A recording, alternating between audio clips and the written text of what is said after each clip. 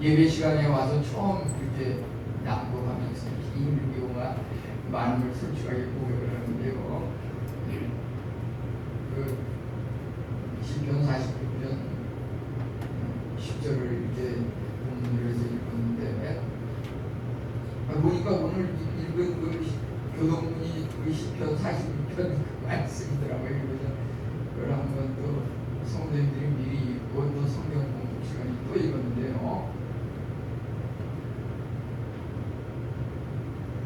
우리 오늘 이 시편 말씀에 그 배경이라고 하는 것이 뭐다 하고 딱 정확히 나와 있지는 않지만은 전후의 그 상황을 살펴볼 때 예를 들어서 46편 10절 말씀을 이해함에 있어서 그 앞에 나오는 9절 말씀 또 그 다음에 나가는 11절 말씀을 이렇게 연관시켜서 생각함으로써 이 말씀의 배경이 무엇이고 여기서 전하고자 하는 내용이 무엇인지 이런 것을 짐작할 수 있겠습니다. 그러면 여기 이 말씀의 그 배경이라고 하는 것은 그 앞에 나오는 9절에 보면은 딱 끝까지 전쟁을 시기하시며 활과 창을 꺾고 끊고 수레를 불사르는도다. 당시의 그 이스라엘은 히스기야 왕이 이제 통치를 하는 그러한 시대였었는데 또 이방 주변 나라 중에서는 아수르 제국이 굉장히 그 부강한 나라로서 세계를 호령하는 그런 위치에 있었습니다. 이 아수르가 이스라엘을 또 침공하고 이스라엘은 그것으로 인해서 밤잠을 이루지 못하고 불안한 이런 상황에 있었다고 볼 수가 있겠습니다.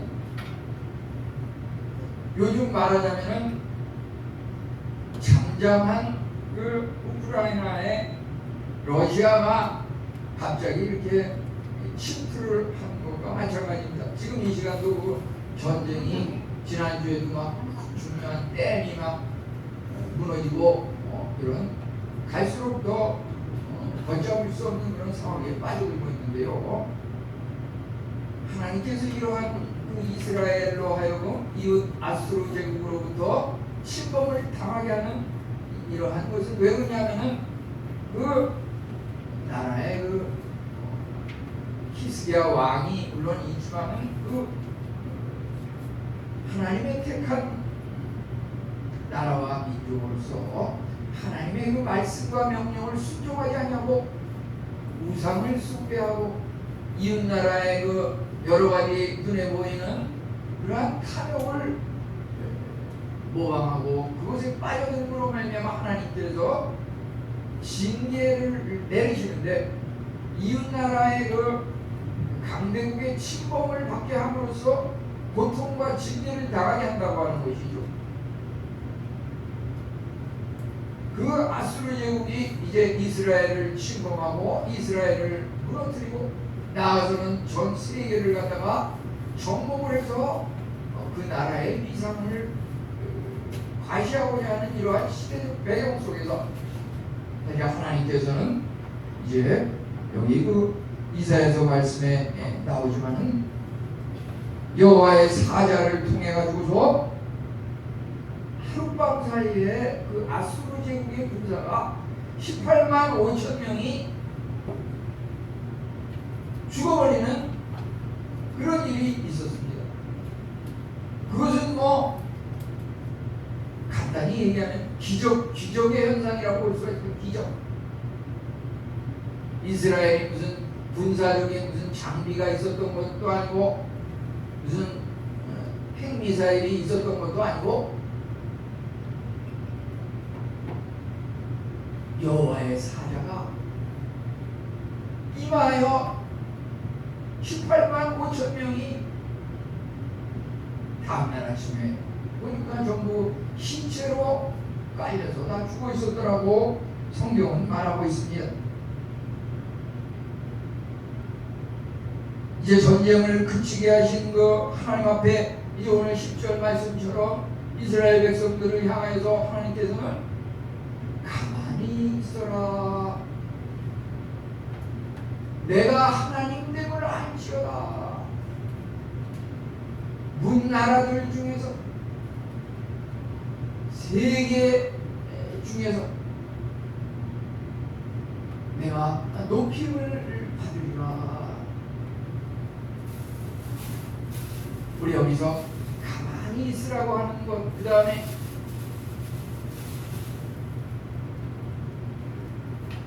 내가 하나님됨을 알지어다. 하나님은 누구신지 우리가 알아야 되는 것.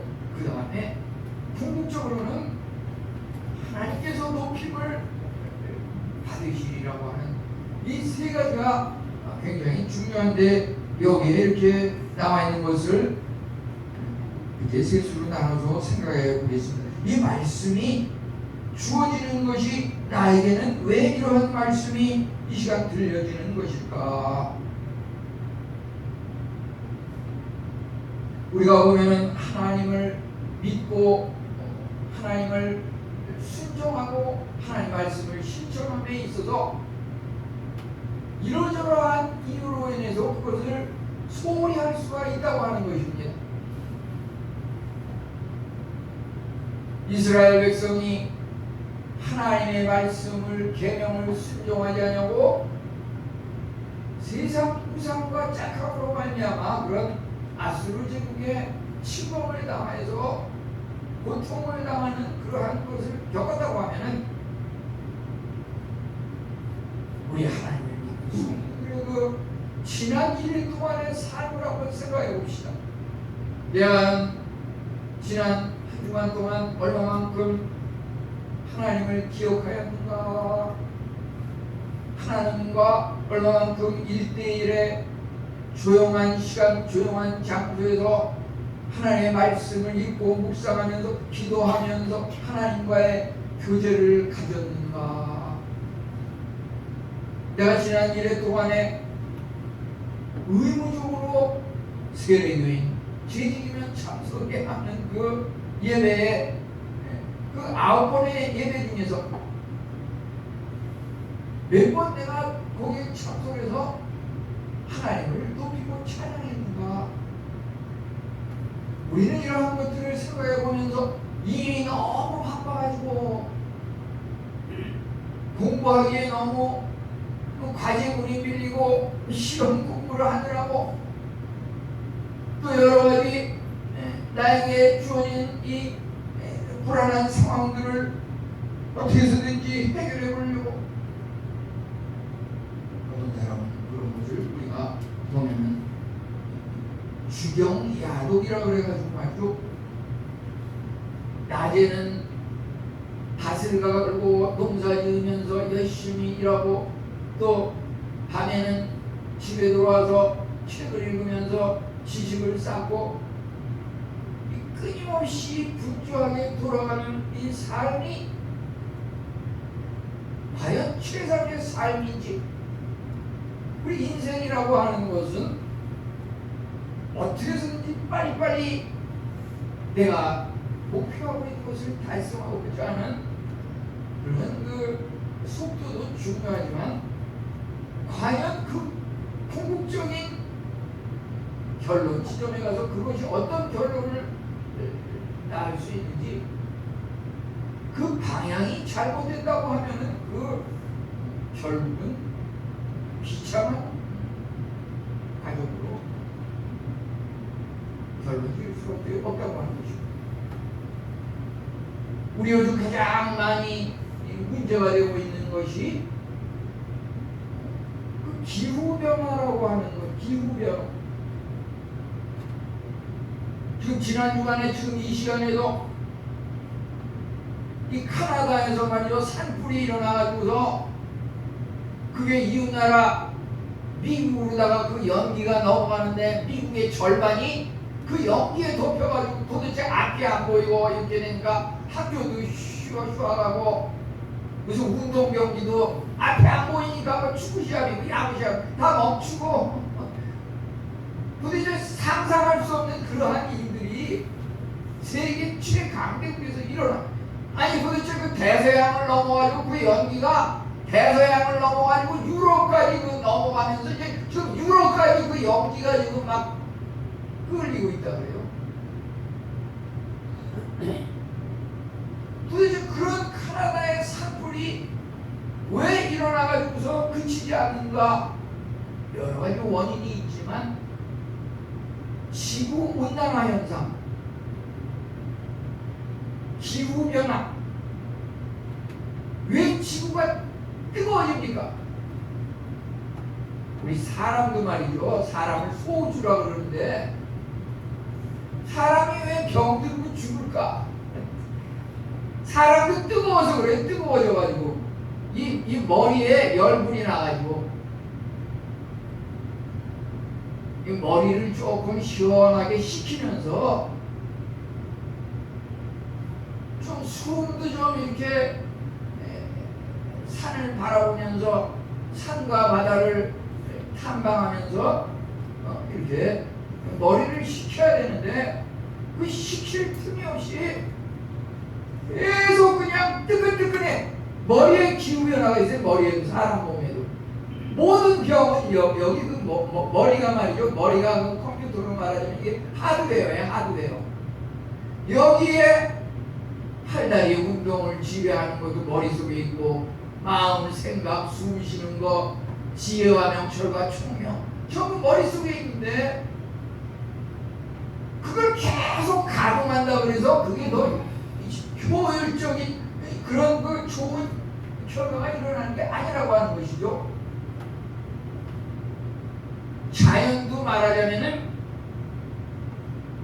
안식년이라고 그래서 6년 지나서 7년째 되면 한 1년 정도는 문을 닫고서 거기 그 등산객들이 거기는 밟고 지나가지 못하도록 하는 그런 게 굉장히 필요하거든요.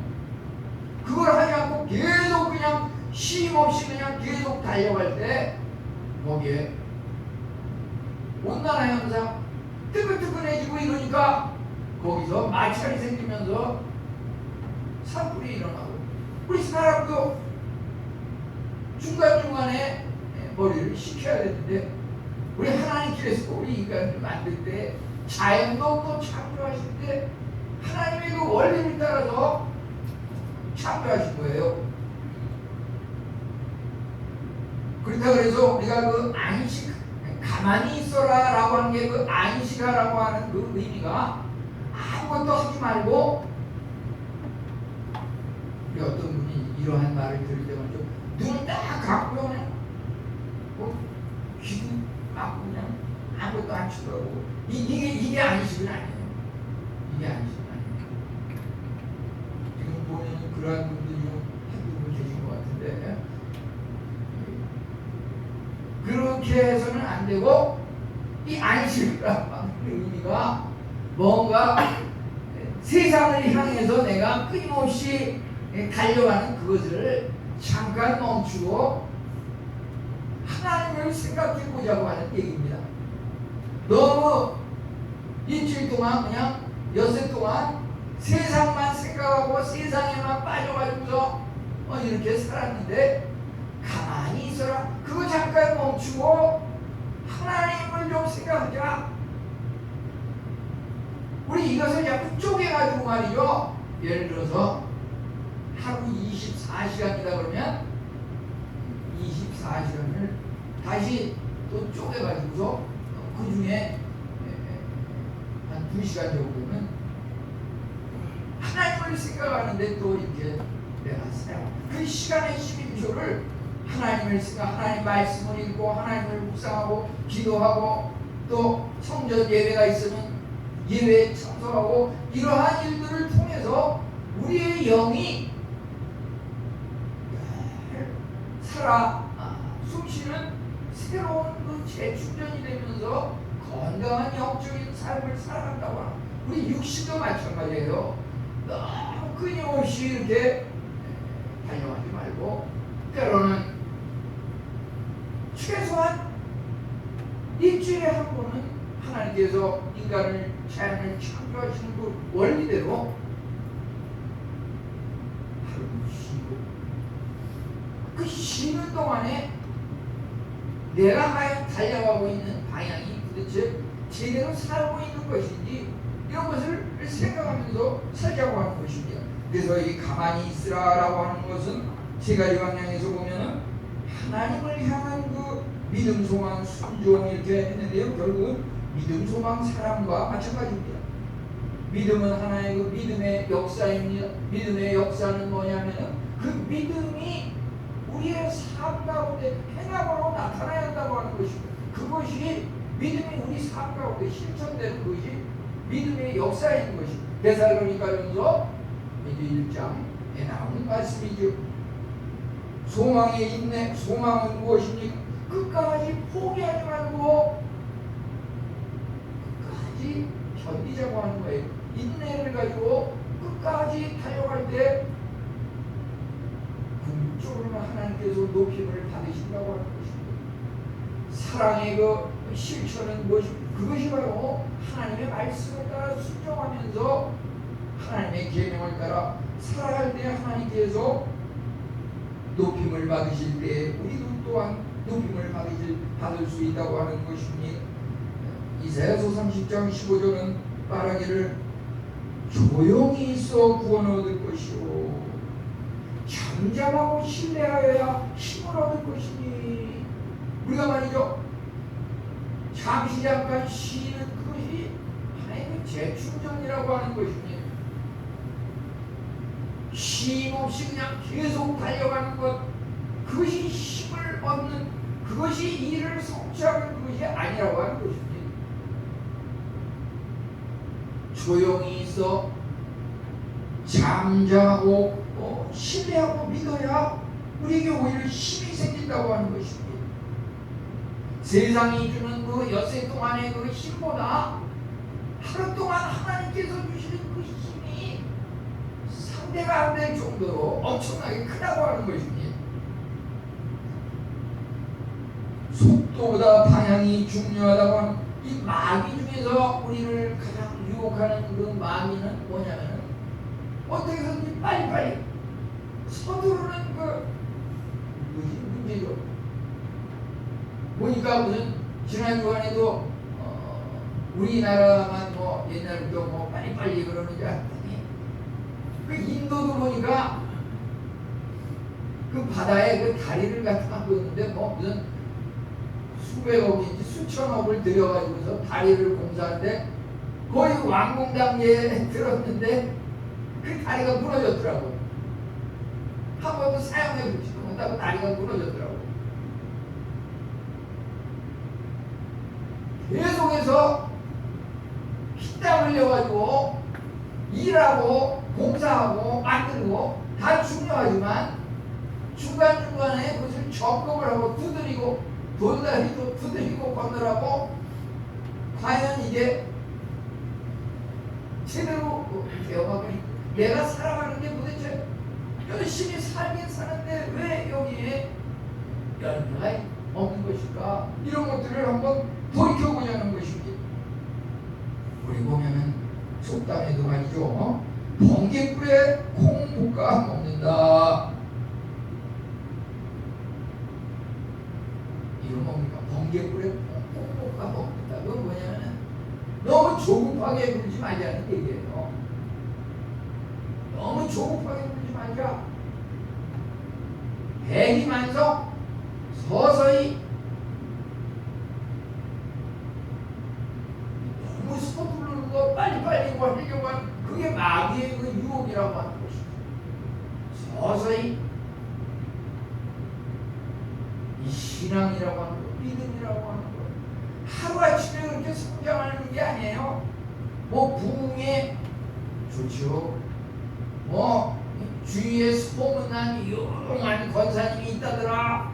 거기에 가가지고서 기도를 받으면 낫는다더라. 다 좋지만은 보다 중요한 것은 하루하루 순간순간 하루에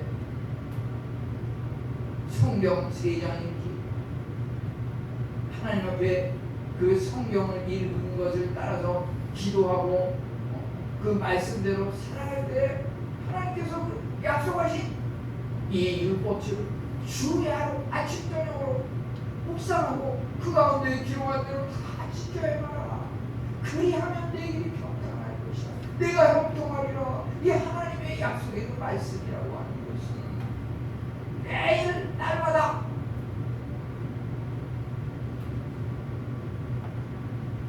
쉬지 않고 지속적으로 끈기를 가지고, 이거 굉장히 중요한 것입니다. 우리는 정말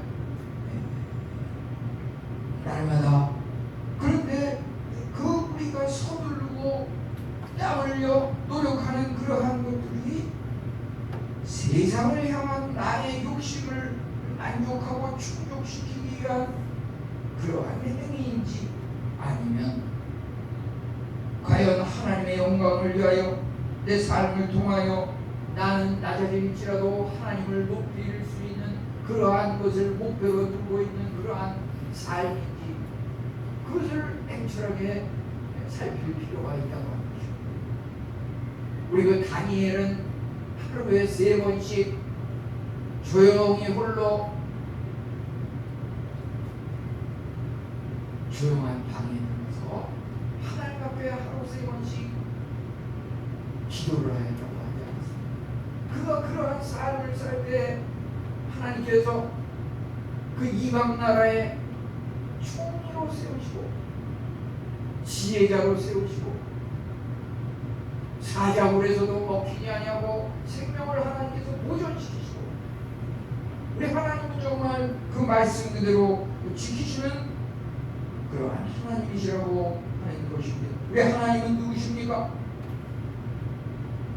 하나님은 진정 평화의 몸, 물론 용사의 하나님이시지만은 세상은 어떻게 해서든지 전쟁의 방법을 통해서 군림하고 세상을 지배하려고 하지만은 하나님은 평화의 복음, 말씀을 통해서 세상을 이제 지배하고 높이 들림을 받는다고 하는 것입니다. 지금 이 시간 우리가 해야 할 것은 무엇입니까? 내가 과연 믿음을 택할 것인가, 불신앙을 택할 것인가, 그 선택의 기로에서 우리는 항상 하나님을 믿고 절대적으로 신뢰하는 그것이 필요하다고 하는 것입니다. 우리 한국민이 많이 성장하고 부유해지고 경제 세계 10대 강국에 들 정도로 많이 좋아졌지만은 거기에 또 많은 또 pé달이 있습니다. 왜 자살률이 높습니까? 자살률 세계 1위라고 합니다. 마음의 어떤 우울증이라고 하는 거예요. 우리는 그 우울증이 말이죠, 신앙적으로 볼 때 우리 성도들은 그러한 것에 빠져서는 안 된다고 생각하는 것입니다. 우리가 성령님의 그 도심을 받으면 예수님을 마음의 왕자로 모시면 하나님을 가까이 하고 하나님과 동행하는 삶은 결코 하나님이 우리 친구 되시기 때문에 결코 외롭지 않고, 우리가 결코 왕따 당하는 것이 아니고 우리가 결코 우울하고 침체될 필요가 없다고 하는 것입니다. 살아계신 하나님, 참으로 하나님은 데살로니가전서 1장 9절에 보면은 살아계신 참되신 하나님 이렇게 나와 있는데요, 우리가 설교 말씀을 듣고 또는 구역 공부, 구역 성경 공부 시간에 하나님의 말씀을 배우는데 머리로 이해하고 그 진리를 듣고 그 시간 은혜 받는 거 다 좋아요. 근데 문제는 한 주간의 삶 속에서 그 진리의 말씀이 나의 삶 가운데 살아 역사에서 행동으로 드러나느냐 하는 그 문제는 전혀 별개라고 하는 것입니다. 내가 구역예배 참석하고 설교 말씀을 들었다 그래서 거기에 은혜를 받았다 그래서 그걸로 끝나는 게 아니라고 하는 것입니다. 보다 중요한 것은 하나님께서 역사하셔서 생명의 근원 되신 하나님, 생명을 주장하신 하나님,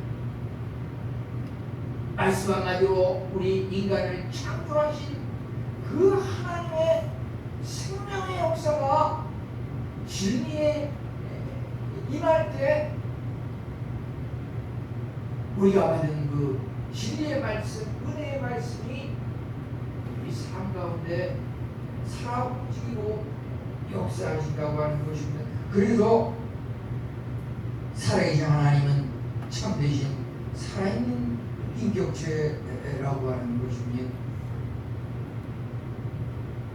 이스라엘 백성은 참으로 애굽에서 해방을 종에서 노예에서 해방되어 자유의 몸이 되었지만은 광야 생활을 하면서 그 하나님을 잊어버리고 우상을 숭배하면서 이방인과 문화를 교류하고 불신 세력들과 가정을 이루고 이러한 것들 속에서 하나님의 징계와 심판을 받았다고 하는 것이죠. 우리는 참으로 이스라엘 백성이 그 광야 생활 속에서 왜 그들이 고통을 당하고 힘들고 어려운 그 이방인 외국의 강대국의 침공을 받으면서 고통을 당했었는지, 그러한 것들을 생각할 때에 유일하신 참 하나님을 믿어야 한다고 하는 것입니다. 하나님께서 약속하신 이 구약과 성경 약속의 말씀대로 하는 것은 우리에게 있어서 우리 개개인들에 대해서 최상의 것들을 여기에 약속하고 계시다고 하는 것입니다. 지금 현재는 우리가 때로는 힘들고 어렵고 고통 중에 있는 그러한 부분들이 있을 것입니다. 이러저러한 이유로 인해서. 그럴지라도 우리는 너무 그것에 대해서 세상적인 방법으로 어떤 조상들의 어떤 그것을 해결한 그 슬기로운 방법으로 그것을 해결하려고 고민하지 말고 가만히 있어라. 내가 하나님됨을 알지어다.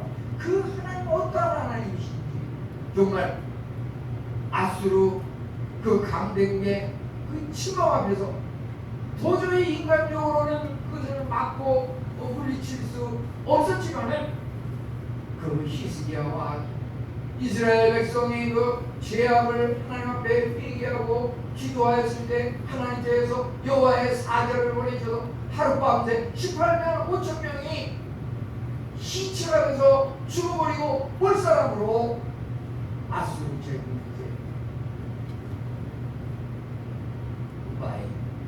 이스라엘을 떠나서 자기 나라로 이제 비참하게 고개를 숙이고 돌아가는 이런 일이 있었다고 하는 것입니다. 우리는 참으로 우리의 인생의 주관자가 누구인지 분명히 생각해야 할 것입니다.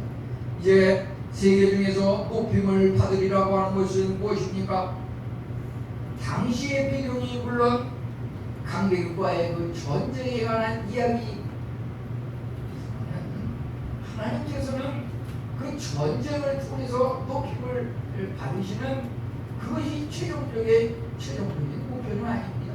하나님의 그 목표라고 하는 것은 우리는 마태복음 28장 19절 20절에 보면은 하나님의 그 최종적인 목표는 전쟁을 통해서 무기를 사용하는 그런 전쟁을 통한 높임을 받는 것이 아니라 하나님의 말씀의 복음을 통해서 높임을 받는 그것이 하나님의 최종적인 목표이고 우리를 향하신 명령이라고 하는 것입니다. 우리는 이것을 지상명령이라고 하고 세계 선교의 사명이라고 하죠.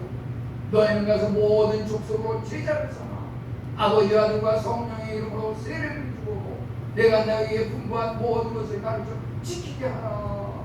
볼지어다 내가 세상 끝날까지 너희와 함께 하리라. 이 마태복음 28장 19, 20절은 바로 세계를 향한 우리 그리스도인들의 사명을, 비전을 말하고 있는 것입니다. 하나님을 알기 전에는 참으로 내가 어떻게 하면 이 험난한 세상 살아갈 수 있을까? 우리 가족을 생각하면 어떻게 하면 우리 가정이 이 세상에서 힘들고 어렵지 않게 버티고 살아갈 수 있을까? 교회 신앙생활을 하는 중 어떻게 하면 우리 교회가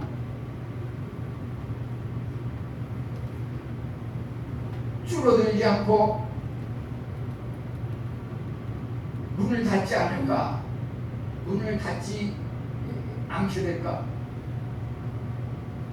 코로나를 겪으면서 우리가 60%의 교회들이 이 성도 감소와 재정 감소로 인해서 고난을 겪고 있고 문을 닫는 그런 많다고 나오는데요. 이제 우리가 좀 더 하나님의 그 은혜를 생각하게 되면 우리는 이제 나라와 민족을 향해서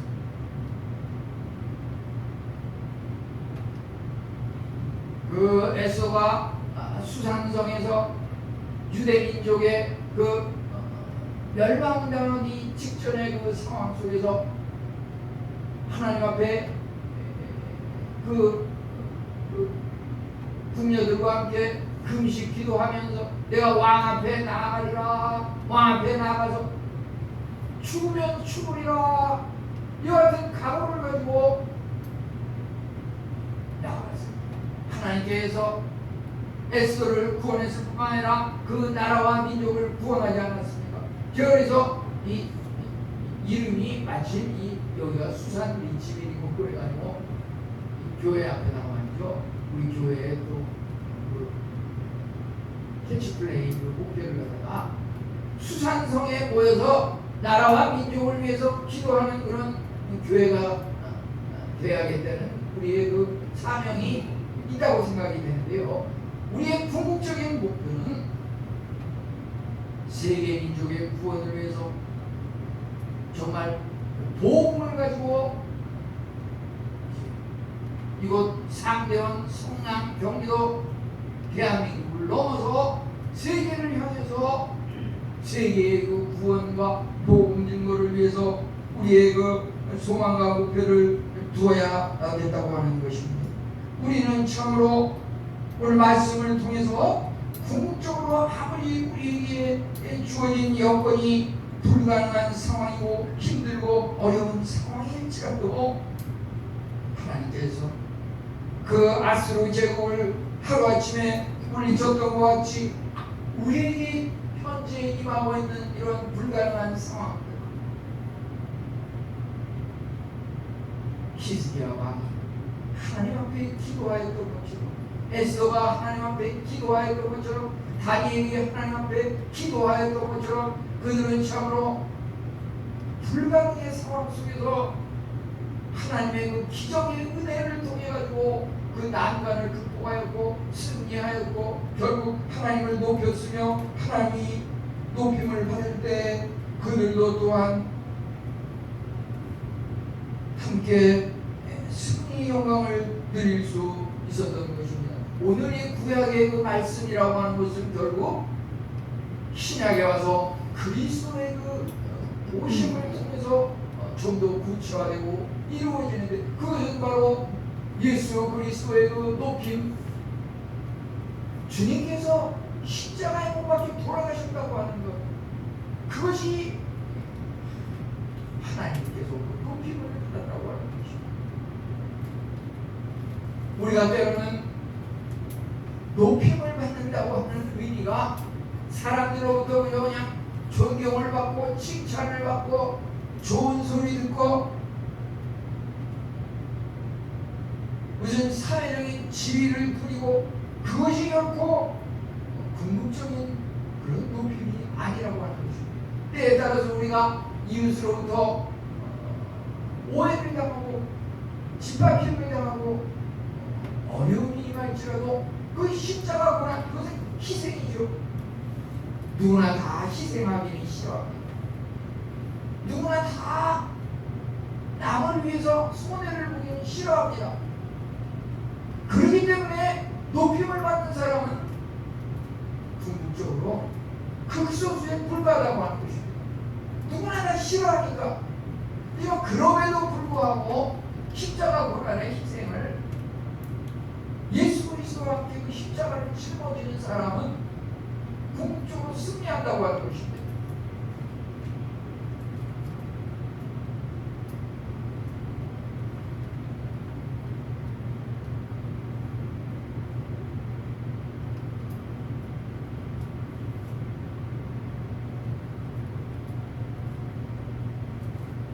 어떤 분은 보면은 일시적으로 보기에는 굉장히 성공하고 승리한 것 같은데 10년, 20년 지나보니까 뭐 잘못이 드러나면서 감옥에 들어가가지고서 1년, 2년, 10년이라도 나오고 그러더라고요. 그 감옥에 들어가기 전에는 그냥 굉장한 존경과 사람으로부터 부러움을 샀는데 하루아침에 잘못이 드러나면서 감옥 생활을 하더라고요. 우리는 참으로 십자가에 죽을지라도 도대체 역사상 죽었다가 살아난 사람이 있느냐? 예수님은 십자가 죽음을 죽으셨을 뿐만 아니라 이제 성경대로 다시 사흘 만에 살아나셨다고 하는 것, 그것이 높임을 받은 것이고, 더 큰 높임은 무엇인가? 부활하셔서 그 부활하신 몸을 수백 명의 제자들과 이웃들에게 나타나 보이시고 함께 음식도 먹고 살아계신 부활하신 인격체임을 증거하셨을 뿐만 아니라 이제 하늘로 승천하셨다고 합니다. 십자가에 돌아가신 게 높임을 받은 거고, 죽었다가 살아나신 부활이 높임을 받으시고, 부활 후에 다시 하나님 나라로 승천하시고 지금도 우리를 내려다보시고 계시는 그 예수 그리스도의 삶이야말로 높임을 받는 궁극적인 우리가 향해서 달려가야 할 그러한 삶이라고 하는 것입니다. 이러한 것들을 말이죠, 우리가 하나님 앞에서 연약함을 깨달아야 하는 것이고 겸손해져야 하는 것이고 우리에게 텅 비어있는 그 허공이 있다는 것을 발견해야 하는 것이고, 나에게 온전히 세상이 채워줄 수 없는, 내 스스로 메꿀 수 없는 그 공간, 그것은 오직 하나님만이 메꿔줄 수 있는데, 그것이 바로 하나님의 그 은혜가 우리에게 임할 수 있는, 우리가 지금 보면 이 젊은 세대들 갖다가 골짜기 세대다. 뭐 지금 이제 내일 새벽에 또 이제 이스라엘과 무슨 축구 시합을 하는 모양인데, 그 축구 선수들을 갖다가 골짜기 세대라고 그러는데, 그 무슨 말이냐면은 도대체 특출난 스타 플레이어도 없고 특별히 주목받는 선수도 없고 그냥 대충 참석해서 그냥 대충 하다가 그냥 탈락하겠거니 이렇게 생각하는, 그냥 뭐 이렇게 두드러지게 기대를 걸 만한 그런 선수가 전혀 없는 이런 상황인데, 그 숨은 잠재력이 드러나니까 그것도 묘해요. 또 대한민국이 이렇게 발전한 게 하나님의 은혜로 이렇게 새 예루살렘, 새 이스라엘로 이렇게 발전을 했는데, 이제 내일 새벽에 보니까 그 옛 이스라엘하고 새 이스라엘 대한민국이 시합을 하더라고요. 기대가 되는데요. 우리가 그리스도의 그 높임이라고 하는 것은 우리 자신이 그 하나님 앞에서 낮아지고 비어있는 그 공간을 하나님 앞에, 하나님께서 그것을 메워주시고 은혜를 주시고 우리를 높이신다고 하는 것입니다. 나는 더 이상 아무 하나님의 은혜가 필요 없어, 이 정도면 됐지, 하나님을 전혀 무시하고 이렇게 살아가는 것이 아니라 숨을 고르면서 이제 하나님을 살아계신 나와 함께하신 하나님으로 알고 하나님께서 궁극적으로 높아지시는 것이 자명한진데 그 하나님께 꼭 빌붙어가지고 하나님을 꽉 붙잡고 놓지 않는 그 삶을 통해서 우리도 이 삶이 승리와 영광의 삶이 보장이 된다고 하는 것입니다. 이와 같은 은혜가 우리 성도들 모두에게 함께 하시기를 축원합니다.